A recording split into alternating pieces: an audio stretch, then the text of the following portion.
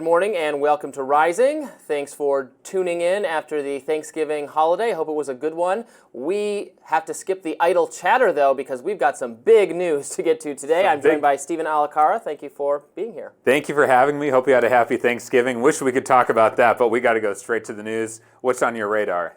Indeed. Well, here we go. President Joe Biden has issued a blanket pardon to his son, Hunter Biden, for all offenses he has committed or may have committed since January 1st, 2014. That is, Hunter Biden is off the hook for any alleged criminal activities over the course of the last decade. Now, let us be very, very clear about what has just transpired. First and foremost, President Joe Biden has broken a promise, one he made unequivocally, that he would not pardon his son. When he ran for re-election, Biden told the public, in no uncertain terms, that this course of action, this exact thing, was off the table. Biden previously said, unambiguously, I will accept the outcome of this case and will continue to respect the judicial process. As White House Press Secretary Karine Jean-Pierre put it, Biden was very clear, very upfront, obviously very definitive. Let's watch. I know you said not a lot's changed since yesterday and that it's a personal matter, but from a presidential perspective, is there any possibility that the president would end up pardoning his son? No. Well, I just said no. I just answered. Go ahead. Go ahead. Well, so much for that. Now, as with Joe Biden's obvious mental decline, KJP was apparently asked to defend the indefensible, to defend a lie. With a stroke of a pen, Joe Biden has made the sweeping decision to shield his son from the law, from public order, and from justice. Now, it's worth digging into the details here.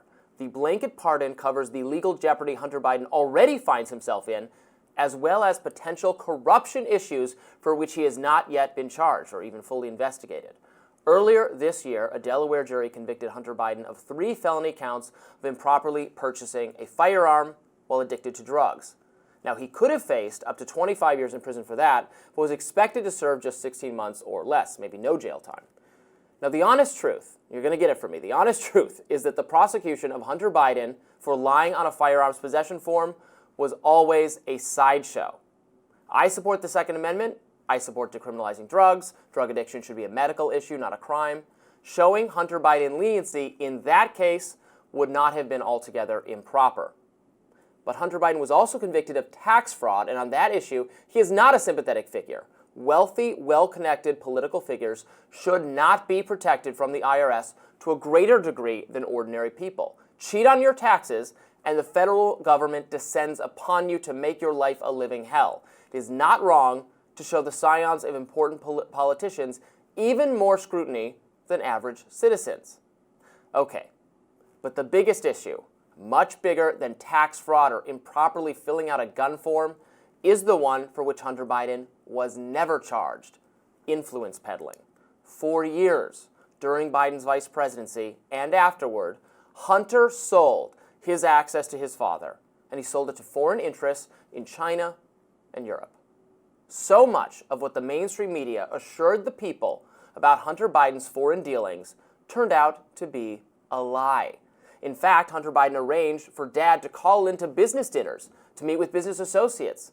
That's not all. Hunter Biden also sought to leverage his influence with his father to benefit foreign business interests. Here are the highlights from a report from just 3 months ago. Report related to Hunter Biden. Newly released records show that Hunter sought State Department help while his dad was vice president. New York Times reports that Hunter, acting on behalf of a Ukrainian energy company, Burisma, you probably know it by now, requested help from the U.S. Embassy in Rome, in Italy, for a potentially lucrative business deal. Now, Hunter wrote at least one letter to the U.S. ambassador to Italy in 2016 seeking assistance for Burisma, the Ukrainian gas company where Hunter sat on the board. Now, the officials seemed uneasy with Hunter's request and wrote back, quote, "This is a Ukrainian company, and purely to protect ourselves, USG should not be actively advocating with the government of Italy without the company going through the DOC Advocacy Center." It's just what we know so far. That was a recent revelation. Imagine if they actually dug into it. Now, was any of this criminal? It doesn't matter, because Joe Biden has taken it off the table entirely. Hunter Biden cannot be investigated and charged for any of it. He has received blanket immunity for anything he might have done wrong since the year 2014. This is a stunning level of protection from the slow grinding wheels of justice. Make no mistake, there is nothing remotely like this so far in all of American history. A president protecting his son, not just from minor legal jeopardy relating to an oversight, as can perhaps be argued in the gun case, but from any legitimate scrutiny over naked and abject corruption. If I sound angry, it's because I am. The president has used his unlimited pardon power to excuse the corrupt and potentially illegal actions of his son is a shocking, deliberate, and damaging blow to the rule of law. If Donald Trump did this, we would have never heard the end of it from the mainstream media. How did the media cover the news of Biden's unwise action? One outlet, Politico, tweeted, "Republicans pounce on Biden pardoning his son, Hunter."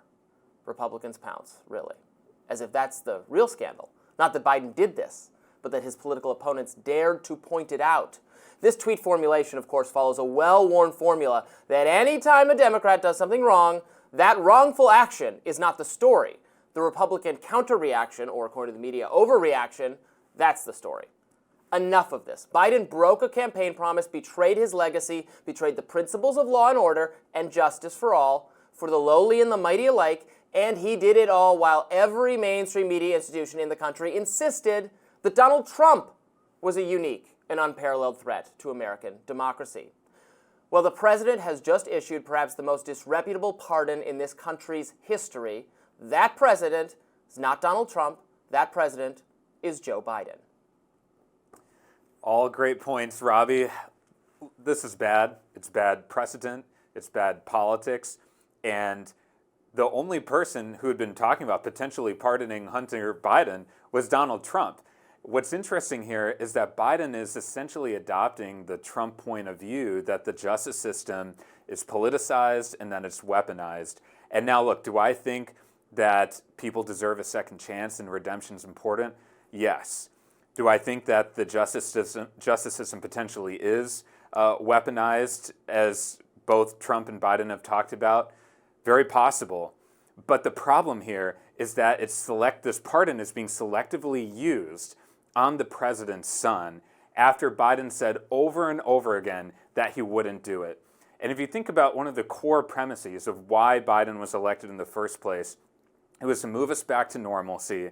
It was to restore trust in our institutions. And in 2020, it was to defeat MAGAism. Now, if you look at where we are today, he's failed on those counts.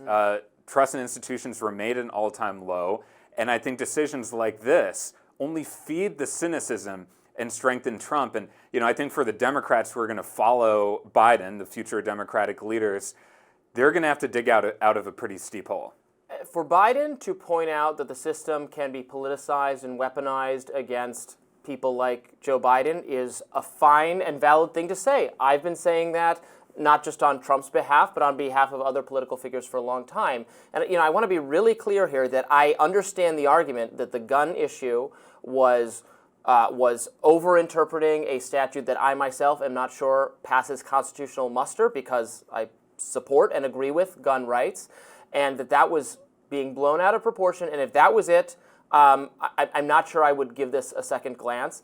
But this is blanket immunity. The same, I should say, kind of immunity that they wanted to give Hunter Biden when he made the plea deal. And the judge looked at it and you're saying, wait, this covers everything. This stops a future investigator just saying there might be something to look into with the influence peddling. That is what Americans, Trump supporters, conservatives are outraged about, not that he improperly filled out a form related to a gun. I mean, drug-addicted people should not have dangerous weapons, fine, so I won't say it's totally baseless, but it was a minor issue. What matters to people is whether Hunter Biden got away with leveraging his connection to his dad to foreign interests.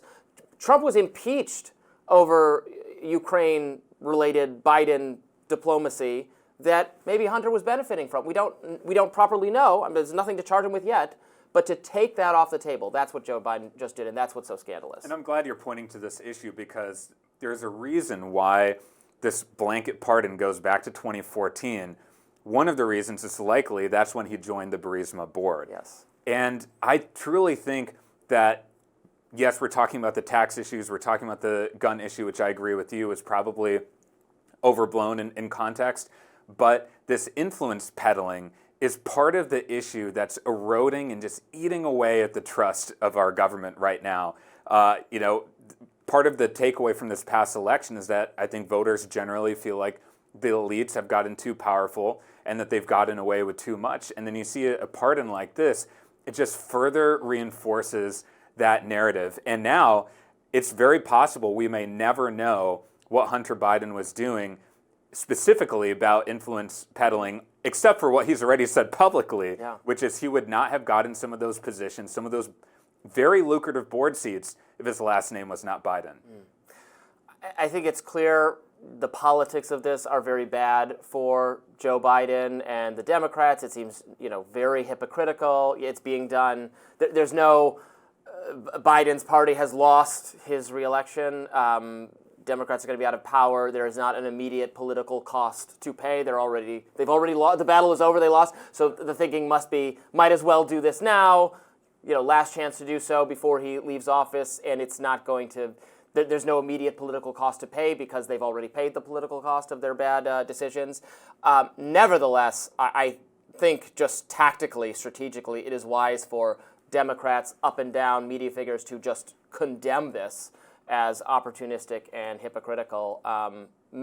Some are doing so. I saw Colorado Governor Jared Polis, who's a Democrat I like, did that. Others, like Eric Holder, crawling out of the woodwork to say, oh no, this is all fine and dandy. It's incredible. Yeah, well, Governor Polis is positioning himself in an interesting way to be more independent-minded here. Yes. And he said, I think, what's on the minds of a lot of people. As a father, you might be able to sympathize with the father-son relationship here, but you can't put your family ahead of the party. I mean, how many times did we hear in the campaign, country above party, and that Democrats were criticizing Trump for only wanting to serve himself?